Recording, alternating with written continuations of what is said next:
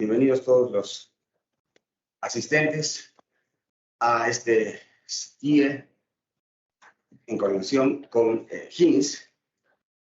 En nuestra siguiente ponencia vamos a presentar a la doctora Karina Díaz de la Universidad de Pensilvania. Ella es doctora en Medición, Evaluación y Estadística en Teachers College, Universidad de Columbia. Antes de eso, completó una maestría en Economía y Educación de la misma institución y una licenciatura en Ciencias, seguido de un máster en Ingeniería Industrial de la Universidad de Chile en Santiago de Chile. Díaz fue investigadora del Departamento de Evaluación, Medición y Registro Educativo, DEMRE, y del Centro de Investigación Avanzada en Educación, CIAE, ambos de la Universidad de Chile. También colaboró como asistente de investigación en el Centro para la Tecnología y Cambio Escolar, CTSC, en Teachers College, Universidad de Columbia, y en el Centro STEP, en el Instituto de Investigación de Políticas IPR, en la Universidad de Northwestern. Actualmente trabaja como especialista en la investigación en el Consorcio para la Investigación de Políticas en Educación, CPRE, de la Universidad de Pensilvania. Sus intereses de investigación incluyen métodos para metaanálisis, diseño y análisis de experimentos y avances en enfoques de datos faltantes. Gran parte de su trabajo metodológico está motivado por cuestiones de inferencia estadística que surgen en la investigación en ciencias sociales y, en particular, el diseño y análisis de experimentos aleatorios y cuasi experimentos en la investigación educativa. Junto a esto, ha buscado activamente incorporar una perspectiva de género en sus estudios. Bien, entonces damos la bienvenida a la doctora Karina Díaz. Muchas gracias por esa presentación. ¿Sí me escuchan?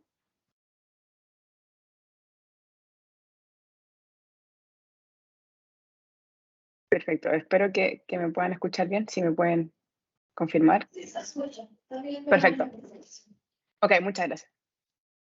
Bueno, gracias por la invitación y gracias por tenerme el día de hoy acá y por esa presentación. Hoy voy a hablar un poco sobre estudios aleatorizados por grupos, o también más conocidos como conglomerados, especialmente en la investigación educativa. Entonces vamos a hablar sobre algunos principios metodológicos y algunos aspectos prácticos que se relacionan con esta metodología. Entonces, primero, una pequeña introducción en este tema, más bien una motivación sobre por qué es interesante esta temática y por qué nos interesa esta metodología, aplicarla a la investigación educativa. Primero, entender que el número de estudios para evaluar nuevos programas, intervenciones y enfoques de distintos currículums, también enfoques de enseñanza, ha aumentado considerablemente en la investigación educativa en general. Y estos estudios también, como sabemos, deberían cumplir con los estándares y metodológicos que son reconocidos en general en la investigación científica. El ensayo controlado aleatorio, o más conocido como los Random Assignment Experiments, son métodos experimentales de evaluación de impacto que son bastante utilizados y en los cuales la población que se beneficia o la población en la cual se interviene de cierta manera, o el grupo de tratamiento, ¿cierto? Donde se aplica este nuevo programa educativo o nueva política, y el grupo de control, donde no se aplica este programa, son asignados de manera aleatoria a partir de la población. Y la gracia de este tipo de estudio es que de alguna manera respalda las preguntas de inferencia que podemos tener, o las preguntas causales, sobre los impactos de estos programas educativos. Acá tenemos una gráfica sobre cómo ha aumentado a lo largo del tiempo la cantidad de estudios metodológicos y además cantidad de estudios que utilizan esta metodología de aleatorización, particularmente en educación, a través de los años. Como pueden observar, hay una tendencia muy clara de que cada vez más se utilizan este tipo de metodologías para evaluar programas educativos en educación, pero, sin embargo, este tipo de investigaciones y este tipo de metodología generalmente utiliza la idea de este ensayo de control aleatorio, pero no necesariamente consideran ciertas características que son relevantes en la investigación educativa. Como, por ejemplo, que a veces, muchas veces, no es posible aleatorizar a los estudiantes individualmente, ¿cierto? Por temas éticos o por temas más bien de conglomerados o agrupaciones naturales que se dan en la educación, en los contextos escolares ya sea de colegios o incluso de universidades, donde no necesariamente nos interesa tan solo lo que está ocurriendo con los estudiantes a nivel individual, sino que también cómo consideramos que esos estudiantes pertenecen a un grupo, ya sea un curso o un colegio, ¿sí? Entonces, por supuesto, estos individuos o estos estudiantes que pertenecen a ciertos grupos van a tener ciertas características similares simplemente por el hecho de pertenecer a ese grupo.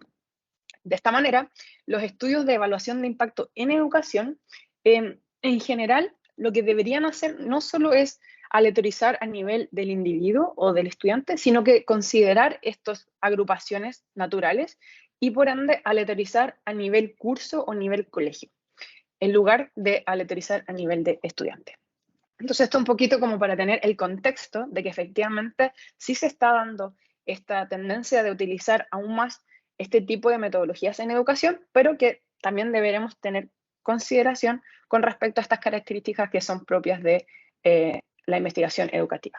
Entonces, hablemos un poquito de la aleatorización y por qué es tan relevante y por qué, de cierta manera, es considerada una de las metodologías más utilizadas, ¿cierto?, cuando se trata de evaluar el impacto o evaluar la efectividad de algún programa educativo. Entonces, me gustaría comenzar un poco con entender por qué es necesario esta aleatorización en este tipo de estudios. O sea, hablemos primero del concepto de grupo de control. Pensemos en que el objetivo general de la evaluación de impacto, ¿cierto?, o de este tipo de estudios, es básicamente determinar la eficiencia de un nuevo programa o de un nuevo currículum o de una nueva intervención, ¿cierto? Y por ende, si se implementa un nuevo programa o un estudio solo con un grupo de tratamiento, no podemos descartar de alguna forma que el efecto de ese tratamiento o de esa implementación de ese nuevo currículum, nuevo programa, podría haber sido observado de todas maneras, aunque no se hubiese implementado ese programa. Entonces, ¿cómo determinamos y cómo diferenciamos el efecto real del programa como tal y lo que puede haber ocurrido en el contexto de estos estudiantes de otra forma? Para eso, no todos los resultados que observamos en el grupo de tratamiento se pueden atribuir al nuevo programa, ¿cierto? Por lo tanto, lo que necesitamos es efectivamente medir si es que ese programa fue eficiente o no, y para eso requerimos de tener un grupo de control en el cual no se aplica el nuevo programa, ¿cierto? Donde trabajan con lo que normalmente se utiliza, lo que es conocido como business as usual, donde básicamente ellos siguen con el programa común tal cual, ¿cierto? No hay una intervención para ese grupo, sino que solo la intervención se ve en el grupo de tratamiento. Eso permite, de alguna manera, contrastar estos dos grupos y entender si efectivamente la nueva intervención, este nuevo programa, causa o no causa algún efecto en este grupo, dado que ahora tenemos con qué compararlo, que es este grupo de control. Entonces, ahora que entendemos un poco la necesidad de utilizar un grupo de control, también tenemos que entender cuáles son las características necesarias que aseguran esta comparación entre tanto el grupo de control como el grupo de tratamiento. Este tipo de características se conocen como la comparabilidad estadística, que nos permiten de alguna manera asegurar que efectivamente podemos comparar el grupo de tratamiento con el grupo de control. Aquí hay tres características fundamentales. Primero, necesitamos la equivalencia estructural entre el grupo tanto de tratamiento como el grupo de control. Por segundo, necesitamos una equivalencia de las condiciones del tratamiento. Y tercero, necesitamos equivalencia de las observaciones o las mediciones que vamos a hacer. Voy a ahondar un poquito en estos tres características a continuación, pero solo como para que tengamos en consideración que necesitamos, además de tener un grupo de control, necesitamos también asegurar estas 3 características para que efectivamente podamos medir de alguna manera el impacto que genera una nueva intervención específicamente en el contexto educativo. Ok, entonces, si es que efectivamente logramos tener estas características, lo que va a pasar es que podemos de alguna manera concluir que si es que vemos que el grupo de tratamiento efectivamente está mejorando o tiene mejores resultados que el grupo de control, podemos concluir entonces que esa diferencia se debe simplemente a el tratamiento que ocurrió, o sea, a la nueva intervención o al nuevo currículum que se fue implementado y no a otras cosas. Entonces, por eso que es muy importante tener este contexto y esta idea metodológica de diseño de estudio, porque de esa manera podemos asegurar nuestras conclusiones causales con respecto a esta evaluación de impacto. Con estas 3 características en mente, hablemos ahora un poco de qué son estos experimentos aleatorios, qué significa, a qué me refiero con asignar de manera aleatoria a estos individuos. Y para eso, primero hay que tener en consideración que un experimento aleatorio básicamente es el estándar que se utiliza para la causalidad, no solo en educación, sino que a lo largo de distintas áreas de investigación. El experimento aleatorio es básicamente la forma de evaluar el impacto de algún tratamiento. ¿Qué pasa en este tipo de experimentos? Las personas o los estudiantes en este caso se asignan al azar en una de 2 condiciones, tanto al tratamiento y al grupo de control. Entonces aquí en este ejemplo estoy mostrando, ¿cierto?, que tenemos una población general, donde esa población es asignada o al grupo de tratamiento, que en este caso era una medicina que se estaba haciendo, o al grupo de control, que en este caso sería un placebo, ¿cierto?, donde no se aplica esa medicina. Si lo llevamos al contexto educativo, sería como el grupo de tratamiento donde se implementa un nuevo currículum, y el grupo de control donde es un business as usual, donde no hay tratamiento. Entonces, ¿qué queremos decir con esta aleatorización? De esto de asignar de manera al azar a una de las 2 condiciones, queremos decir que cada persona tiene alguna probabilidad, alguna posibilidad de ser seleccionada y de ser parte o asignada tanto al grupo de tratamiento como al grupo de control. Y esa posibilidad o esa probabilidad debe ser distinta de 0. O sea, cualquier individuo, cualquier estudiante debe tener al menos una probabilidad de ser seleccionada para estar parte tanto del grupo de tratamiento como del grupo de control. Y la forma en que se selecciona y se asigna esos estudiantes a los grupos es de manera aleatoria. Por ejemplo, podríamos pensar que tengo un sombrero donde tengo todos los nombres de mis estudiantes y simplemente yo tomo al azar distintos nombres y a ellos los voy a asignar tanto al grupo de tratamiento o al grupo de control. Muchas veces se utiliza un generador de números aleatorios simplemente, en el cual yo asigno aleatoriamente ciertos números y ciertos indicadores para ser parte del grupo de tratamiento o del grupo de control. ¿Por qué es esta metodología tan estándar y tan utilizada en este tipo de estudios? Bueno, simplemente porque una vez que nosotros asignamos a estas personas de manera aleatoria a ambos grupos, estamos asegurando que en promedio no hay diferencia entre estos 2 grupos en ninguna característica que no sea el tratamiento.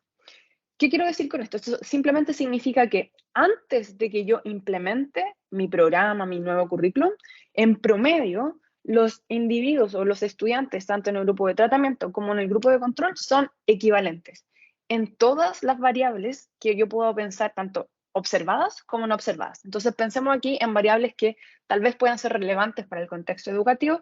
Podríamos estar hablando de género, ¿cierto? Podríamos estar hablando de nivel socioeconómico, tal vez, de nuestros estudiantes. Y, por ejemplo, de la edad. Todo este tipo de variables sabemos que de alguna manera pueden influenciar o influir de alguna forma en qué tan exitoso es o no el programa que estoy implementando. Ese tipo de variables son relevantes porque de alguna manera queremos controlar por esas variables y asegurarnos de que esas variables no van a intervenir en el estudio que yo estoy haciendo para evaluar el impacto de mi programa.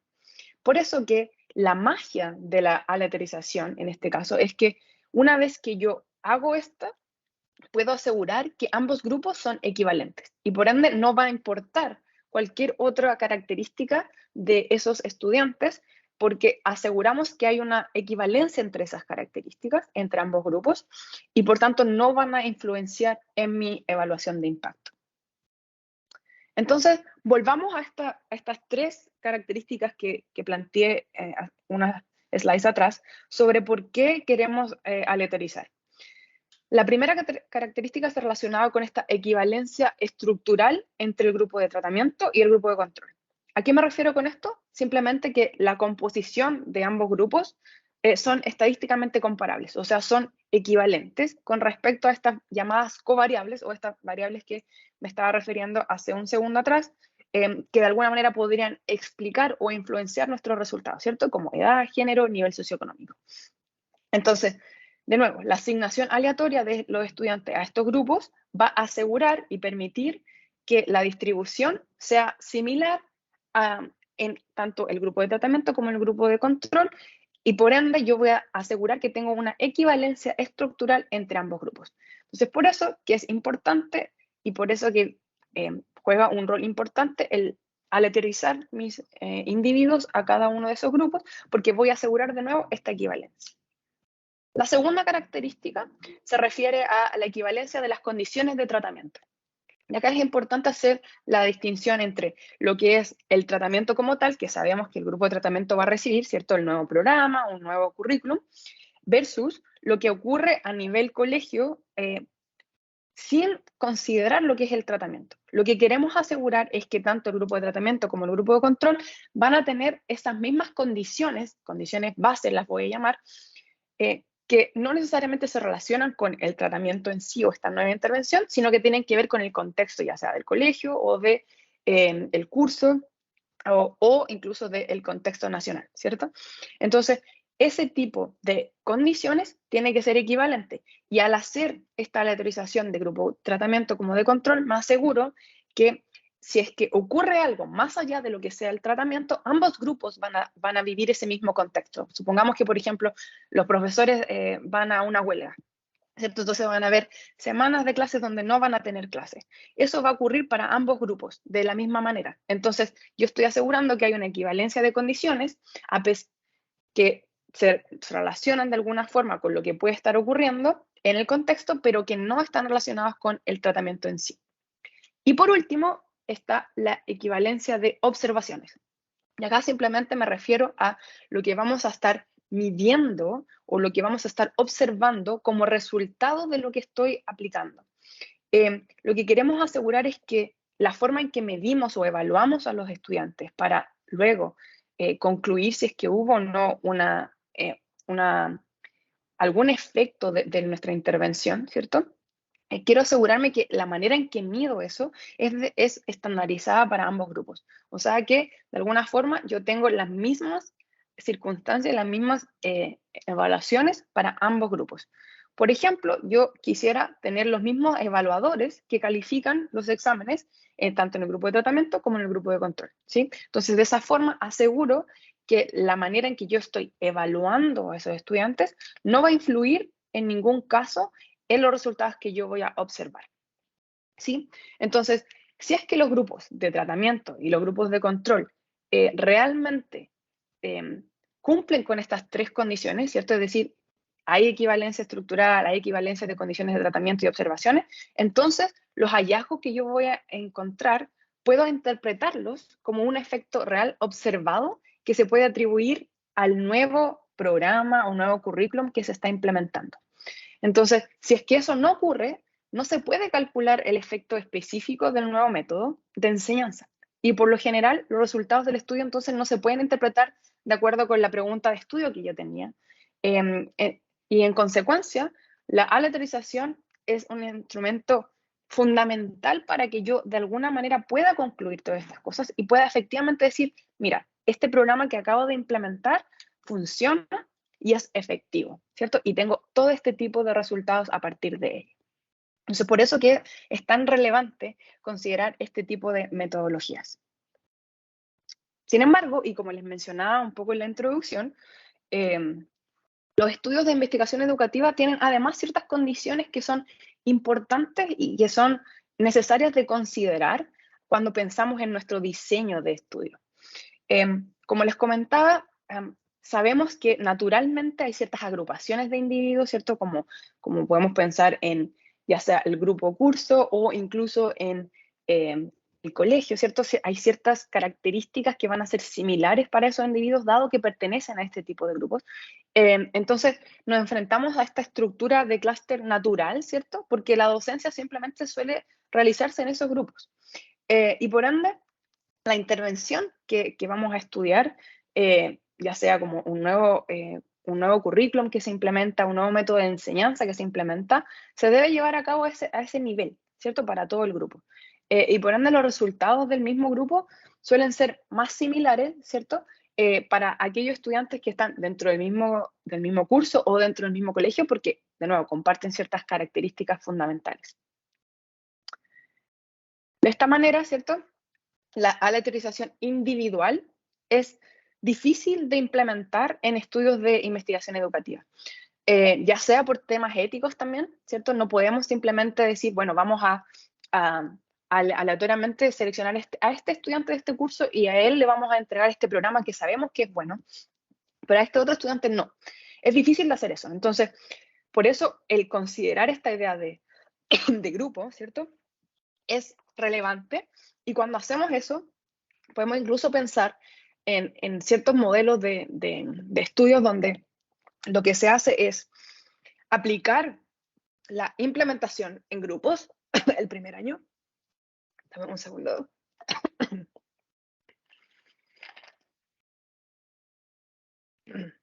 Entonces, implementar eso en un grupo el primer año. Y luego, pensamos que tenemos un grupo de tratamiento y control, donde tenemos ciertos cursos que fueron asignados al grupo de tratamiento y ciertos cursos al grupo de control. Eso también puede tener un componente ético bastante complejo, ¿cierto? Porque, por supuesto, queremos que todos los estudiantes de nuestro colegio tengan acceso a ese nuevo programa. Entonces, lo que muchas veces se hace es aplicar esa implementación, ¿cierto? Ese nuevo programa en algunos cursos el primer año, y luego el segundo año, ese curso donde no se aplicó, que actuó como mi grupo de control, recibe esa implementación, pero ya el segundo año del tratamiento. Y de esa manera podemos evaluar el impacto de esa intervención durante el primer año. Así como ese ejemplo, hay distintas otras características que son relevantes de considerar cuando hablamos de estos estudios para evaluar el impacto en educación. Y una de las soluciones y una de las metodologías que más se utiliza es esta aleatorización por conglomerados o por grupos, donde en vez de asignar un estudiante como individuo al grupo de tratamiento o grupo de control, yo estoy asignando el grupo completo. Entonces, déjenme mostrarle un poco a qué me refiero con esto de manera un poco más gráfica. Entonces, acá en la izquierda tenemos una representación de lo que sería una asignación aleatoria, pero a nivel individual, ¿cierto? Entonces tenemos nuestra población y seleccionamos individuos para tanto el grupo de tratamiento como el grupo de control. En cambio, en el caso de la aleatorización por grupos, lo que estoy haciendo es seleccionar naturalmente estos grupos que ya existen, ya sea el grupo de clase o el colegio, y asignarlo completamente al grupo de tratamiento o grupo de control. Entonces acá yo he resumido un poco cuáles son las ventajas y las desventajas de utilizar este nuevo método, digamos, de aleatorización por grupos. Dentro de las ventajas está, por supuesto, que ahora sí tomamos en consideración la situación natural de la enseñanza, ¿cierto? Que ya hablamos de esto, que está naturalmente agrupado en cursos o colegios. Y también, de alguna manera, estamos considerando estas condiciones y requisitos de los estudios científicos que sabemos que es importante considerar esta aleatorización. Y, por otra parte, también estamos reduciendo el sesgo de contaminación. ¿A qué me refiero con esto? Si lo pensamos, si es que nosotros implementáramos, por ejemplo, un nuevo currículum en ciertos estudiantes nomás de un mismo curso, es difícil pensar que ese estudiante que se relaciona con otro estudiante que está dentro de la misma clase no va de alguna manera a compartir lo que está aprendiendo, entonces sí o sí podría haber una contaminación de eso. O, por ejemplo, si es que decidiéramos aplicar esto en algunos profesores, ¿cierto? Entonces, a algunos profesores les entregamos esta nueva herramienta dentro del mismo colegio. Es un poco difícil a veces que no se produzca esta contaminación, ¿cierto? Donde el profesor, de alguna forma, como está relacionándose con otros profesores u otros estudiantes dentro del mismo colegio, vaya a implementar estas cosas que está aprendiendo en ambos cursos. Por ende, al ocupar esta idea de conglomerado, ¿cierto? Entonces pensar como todo el grupo curso y todo el profesor y no solo algunos estudiantes de ese curso, estamos un poco reduciendo ese sesgo de contaminación. Dentro de las desventajas de esta metodología tenemos dos. Por un lado, en general va a pasar que vamos a necesitar un mayor tamaño de muestra para poder concluir de forma significativa, estadísticamente significativa, ¿cierto? Que nuestro programa efectivamente funciona o no. Esto pasa porque ahora estamos considerando no solo el factor individuo, ¿cierto? Sino que también estamos considerando el factor curso.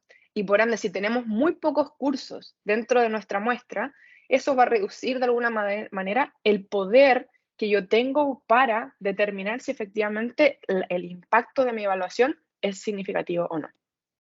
Y otra desventaja de esta metodología es que, como sabemos que estamos considerando esta dependencia estadística, ¿cierto? De que los estudiantes están agrupados, entonces las metodologías que utilicemos para analizar nuestros datos y para concluir posteriormente si es que tenemos o no un efecto del programa, requieren unas metodologías que son un poquito más complejas de análisis porque tenemos que considerar este factor de agrupación. Entonces, déjenme ahondar un poco más a qué me refiero con esto. Y básicamente, estamos pensando ahora es que el hecho de que el análisis debe tomar en cuenta que los individuos están agrupados en unidades de nivel superior. ¿Por qué? Porque sabemos que hay características que pueden ser compartidas entre esos individuos que pertenecen a un mismo grupo. Entonces, de alguna manera, esos estudiantes que están dentro del mismo curso o el mismo colegio tienen ciertas características comunes. Y por ende, nuestros análisis también deben considerar eso. Entonces, si quisiéramos, por ejemplo, utilizar una prueba de student o una regresión lineal típica que ignoran esta agrupación y estos clústeres, lo que podríamos estar haciendo es sobreestimar el nivel de significancia estadística de nuestros resultados, dado que existe esta correlación entre individuos.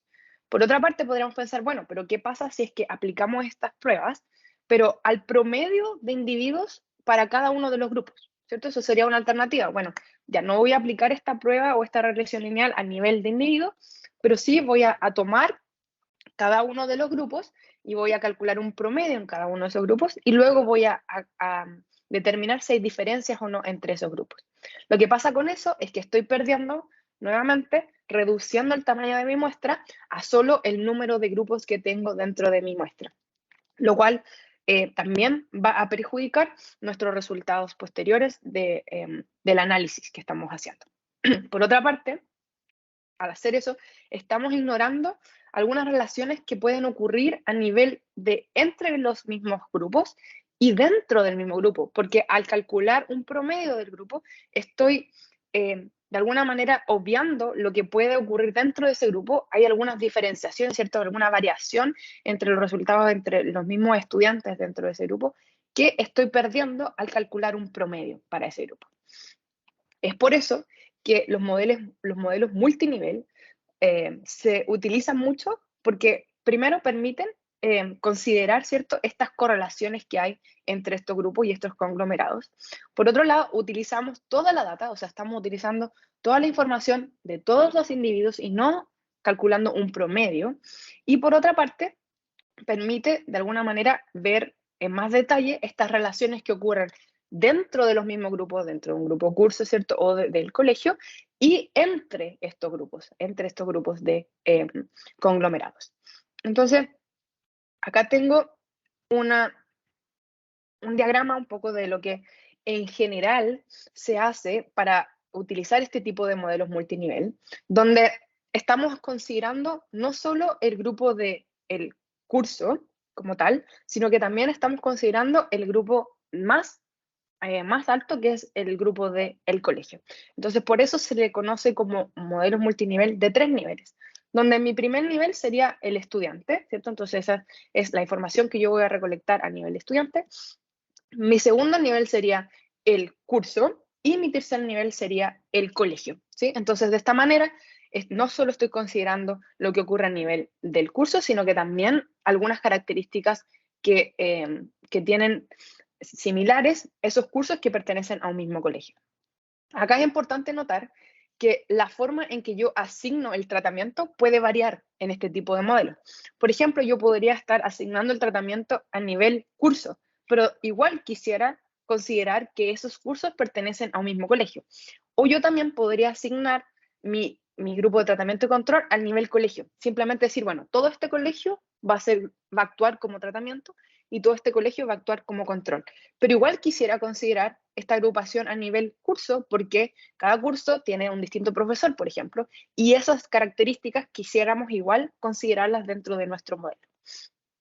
Entonces, esto es un poco un pequeño contexto de algunas consideraciones metodológicas y de cómo podríamos analizar esos estudios que están de alguna manera diseñados, ¿cierto?, para considerar estas agrupaciones naturales en educación. Entonces, permítanme mostrar un ejemplo de un trabajo que estamos haciendo acá en la Universidad de Pensilvania todavía, sobre un estudio de un currículum que se implementó en estudiantes de kinder dentro de la ciudad de Filadelfia. El nombre de este currículum es Zoology One y la idea de este currículum es un programa que se implementó a través de un año, donde el plan de estudio del año típico se reemplaza por una instrucción de alfabetización y ciencia combinada. Entonces, típicamente los estudiantes reciben unas horas al día de ciencia separado de lo que es la alfabetización o de comprensión lectora. Lo que hace este currículum es combinar ambas cosas y enseñar tanto la alfabetización como las ciencias en un solo bloque de 120 minutos diarios, donde hay 4 unidades distintas a través de las 10 semanas que son el año escolar completo. Además de entregar este nuevo currículum, los profesores también fueron capacitados y recibieron 10 días de entrenamiento dentro de su lugar de trabajo para ayudarlos a aprender e implementar ese programa, ¿cierto? Entonces, el programa utiliza un enfoque de alfabetización equilibrado que va a incluir actividades típicas del jardín, ¿cierto? O de kinder, como reuniones matutinas, ¿cierto? O algunos talleres de lectores y escritores, que esas ciertas cosas que ya estaban instauradas en los colegios, con instrucciones más de laboratorio de ciencias, más centros de actividades de literatura, teatro y arte. Y la idea era concentrarse en la exploración y la construcción de conocimiento y vocabulario a través del compromiso con el contenido y los textos nivelados sobre animales y el mundo natural. Entonces, todo estaba relacionado, ¿cierto?, con este contexto más de ciencia que tiene que ver con los animales y el mundo natural, pero aprendiendo, ¿cierto?, las habilidades de alfabetización más básicas como de lectura. Además de ser capacitados los profesores, también ellos podían acceder a una herramienta de evaluación formativa que los ayudaba a documentar el progreso y orientar la instrucción, o sea, la pedagogía que utilizaban, ¿cierto? Dependiendo de cómo sus estudiantes iban mejorando o iban avanzando a lo largo del curso, ¿sí? Y la idea de esto era una herramienta tecnológica donde ellos tenían una prueba, que es una prueba formativa, que aplicaban constantemente y los resultados de esa prueba la podían de alguna manera ingresar a este sistema, y el sistema le permitía ver el nivel en el cual los estudiantes iban avanzando, qué tipo de lecturas se recomendaban, qué tipo de pedagogía era más importante priorizar que otra, y así ellos podían ir orientando su instrucción dependiendo de cómo sus estudiantes iban avanzando. Eso un poco es el contexto, ¿cierto?, de lo que se implementó por un año acá en Filadelfia, en ciertos colegios de nivel socioeconómico más bajo. Entonces, las preguntas de investigación que teníamos eran dos. Principalmente era si es que efectivamente los estudiantes que recibían esta nueva instrucción integrada, ¿cierto?, de alfabetización y ciencia, tenían mejores resultados que los estudiantes que recibían la instrucción normal, separado, ¿cierto?, de alfabetización y ciencia.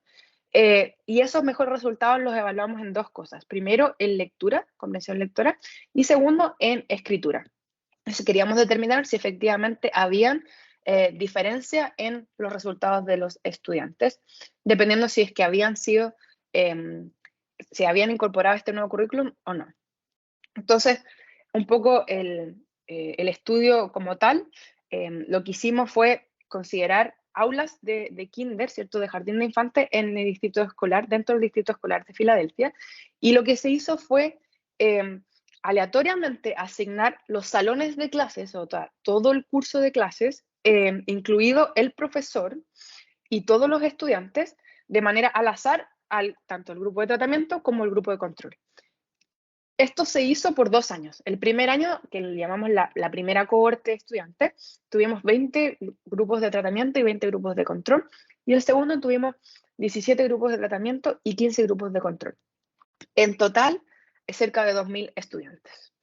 El análisis que hicimos fue, primero, estimar los impactos al final del año de kinder y también tratar de ver de manera longitudinal si es que los estudiantes tenían o no efectos ya en primero básico y segundo básico posteriormente de haber sido aplicado este currículum en kinder. También se quería evaluar si es que habían algunos factores que mediaban los resultados de estos estudiantes, como por ejemplo la fidelidad de la implementación y de aplicación de los profesores, que era un factor importante a considerar. Y tercero, también queríamos estudiar el costo de esta implementación y del programa, porque de esta manera podemos informar si es que esto podría transformarse en una política pública más global dentro del distrito de Filadelfia, pero si es que eso tenía un costo muy alto o no, versus lo que efectivamente podríamos considerar como un beneficio social con la ganancia, ¿cierto?, del efecto en los estudiantes. Entonces, se hizo todo esto, ¿cierto? Se hizo esta aleatorización por grupos, pero obviamente siempre queremos tratar de ver qué tan efectiva fue esa aleatorización, ¿cierto? Queremos confirmar que efectivamente nuestra hipótesis de que la aleatorización es realmente efectiva, lo que significa que todas las características de los estudiantes deberían ser similares, ¿cierto? Deberíamos tener dos grupos bastante equivalentes previo a la intervención. Y eso fue lo que quisimos medir primero en factores demográficos. Aquí voy a explicar un poquito qué me refiero con ellos. Son, en el caso de, básicamente estamos mostrando aquí porcentajes para ambos grupos, tratamiento y control. En el primer caso tenemos estudiantes que el inglés no es su primera lengua, entonces son English Language Learners. Luego tenemos la proporción de estudiantes que son mujeres, la proporción de estudiantes que reciben almuerzo gratuito, o sea, que están en un nivel socioeconómico más bajo y que por ende cumplen con las condiciones para recibir almuerzo gratuito en el colegio, y estudiantes que también requieren de una educación especial. Entonces, como pueden observar acá, aparentemente tenemos una división, ¿cierto?, unas proporciones bastante similares a través de los grupos de tratamiento y grupo de control. Entonces, de cierta manera, estamos confirmando que la forma en que aleatorizamos los estudiantes fue efectiva porque vemos esta equivalencia entre los grupos. También quisiera rápidamente mencionar, ¿cierto?, cuáles son los resultados que quisimos evaluar, ¿cierto?, de los estudiantes. Como les comentaba anteriormente, queríamos ver la capacidad de comprensión lectora de los estudiantes y también de escritura. Y para eso utilizamos resultados en comprensión lectora, escritura, y también estábamos interesados en la motivación por la lectura. Para eso utilizamos distintas pruebas estandarizadas. Acá tengo un listado de ellas, donde se medían distintas habilidades, pero en general, comprensión lectora, como digo, escritura y también la motivación para la lectura. Esas pruebas se aplicaron no solo al principio, ¿cierto? Antes de que se iniciara la intervención, sino que también al final del año y posteriormente, al final de un año, para evaluar si es que efectivamente había algún cambio entre la prueba pre, que voy a llamar, ¿cierto? Previa a la intervención, y la prueba post, posterior a la intervención. Entonces, esta tabla acá muestra, de nuevo, porque nos interesa ver si efectivamente hay una equivalencia entre los dos grupos previo a la intervención. Acá muestra el promedio y la desviación estándar para cada una de esas pruebas, ¿cierto? Que son un poco las que ya mencioné, entre los dos grupos, si es que hay alguna diferencia notoria entre los grupos o no. Como pueden observar, en general tenemos una equivalencia bastante clara entre los grupos de tratamiento y control para la mayoría de las pruebas aplicadas, y por ende no hay una preocupación de que alguna de esas pruebas puede estar influenciando de alguna forma nuestros resultados. Y por ende consideramos que esta equivalencia grupal existe. Entonces, considerando toda esta idea de lo que fue el diseño de la implementación, nuestro análisis también tiene que, de alguna forma, estar conectado con ese diseño. Y lo que hicimos fue simplemente aplicar un modelo de 3 niveles, ¿cierto? Donde consideramos la agrupación de los estudiantes a nivel curso y también la agrupación de estudiantes a nivel de el colegio. ¿Sí? Entonces acá estoy mostrando las distintas ecuaciones que utilizamos para esos modelos, donde en la ecuación número 1 tengo el nivel estudiante, en la ecuación número 2 tengo el nivel curso o clase, y en el nivel 3 tengo el nivel del colegio, ¿ya? Solo como para denotar algunas cosas importantes en estas ecuaciones. Primero, identificar que este beta, el coeficiente beta 1, representa el efecto al nivel 1, sino que el nivel estudiante del pretest. ¿Por qué? Porque también consideramos que era importante controlar y considerar este nivel base, ¿cierto?, de cada estudiante. Una cosa importante a considerar acá es que, como les mencioné anteriormente, teníamos distintas medidas, distintos resultados que queríamos observar. Por ende, lo que hicimos fue aplicar este tipo de modelos para cada uno de esos resultados de manera separada. Entonces, hicimos uno para medir la motivación para leer, hicimos otro modelo para medir la comprensión lectora y otro para medir las habilidades de escritura, ¿sí? En cada uno de esos modelos consideramos los resultados de la línea de base como para ser factores controlados a nivel del estudiante, y también consideramos el efecto del tratamiento, ¿cierto? O sea, este indicador, si el estudiante o en este caso el curso era del grupo de tratamiento o era el grupo de control, ¿sí? Y como pueden observar, este indicador está en el nivel número 2, ¿cierto? En la segunda ecuación, que habla del grupo curso, porque así es como fue asignado el hecho de que el estudiante estaba dentro del grupo de tratamiento o grupo de control. Entonces, utilizando estos modelos, lo que hicimos fue estimar si efectivamente teníamos algún efecto de nuestra aplicación, ¿cierto?, de este nuevo currículum que combinaba ciencia con alfabetización. Y aquí quiero dejarlos con algunos resultados que obtuvimos, ¿cierto? Primero, encontramos que los estudiantes del grupo de tratamiento tenían mejores resultados y significativamente mejores en comprensión lectora que los del grupo de control, y el efecto que encontramos fue de 0.16 desviaciones estándar. También encontramos que los estudiantes del grupo de tratamiento tenían mejores resultados en fluidez para nombrar letras, que es una de las habilidades diferentes que se consideran dentro de estas pruebas que mencioné anteriormente. Y el tamaño del efecto fue de 0.28 desviaciones estándar para esa medición. Y finalmente también encontramos que los estudiantes que habían participado de este nuevo currículum SUADO G1 tenían mejores resultados, estadísticamente significativos, que los estudiantes en el grupo de control en su motivación para leer, ¿sí? Y aquí encontramos que el tamaño del efecto era de 0.32 desviaciones estándar. Bueno, algunos de ustedes pueden estar diciendo, bueno, estos tamaños de efectos son bastante pequeños, pero en realidad en educación este tipo de tamaños de efecto es difícil de conseguir, y un efecto de 0.32 deviaciones estándar, la verdad es que se considera como bastante, no voy a decir muy alto, pero sí considerable, pensando Doctora Carolina, en las disculpe. poblaciones. Sí. Sí, disculpe, ya debe acabar la presentación porque ya no queda más tiempo. Sí, esa es mi última slide y ahí ya terminé. Muchas gracias.